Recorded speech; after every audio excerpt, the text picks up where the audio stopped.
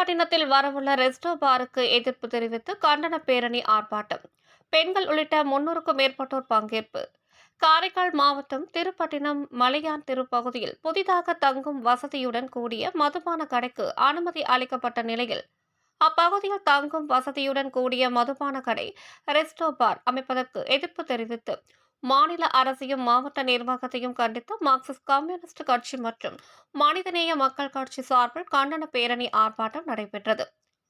திருப்பட்டினம் பெரிய பள்ளிவாசல் அருகே தொடங்கிய இப்பேரணியில் பெண்கள் உள்ளிட்ட 300க்கும் மேற்பட்டோர் கலந்து கொண்டு மாநில அரசு மற்றும் மாவட்ட நிர்வாகத்தை கண்டித்து கண்டன முழக்கங்களை எழுப்பி ஆர்ப்பாட்டத்தில் ஈடுபட்டனர்.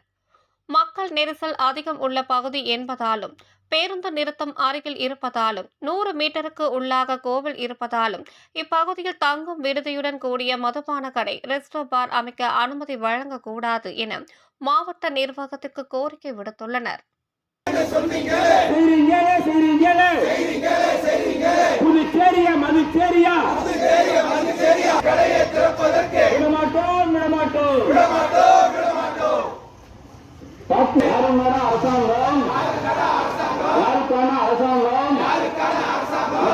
அரசாங்கம்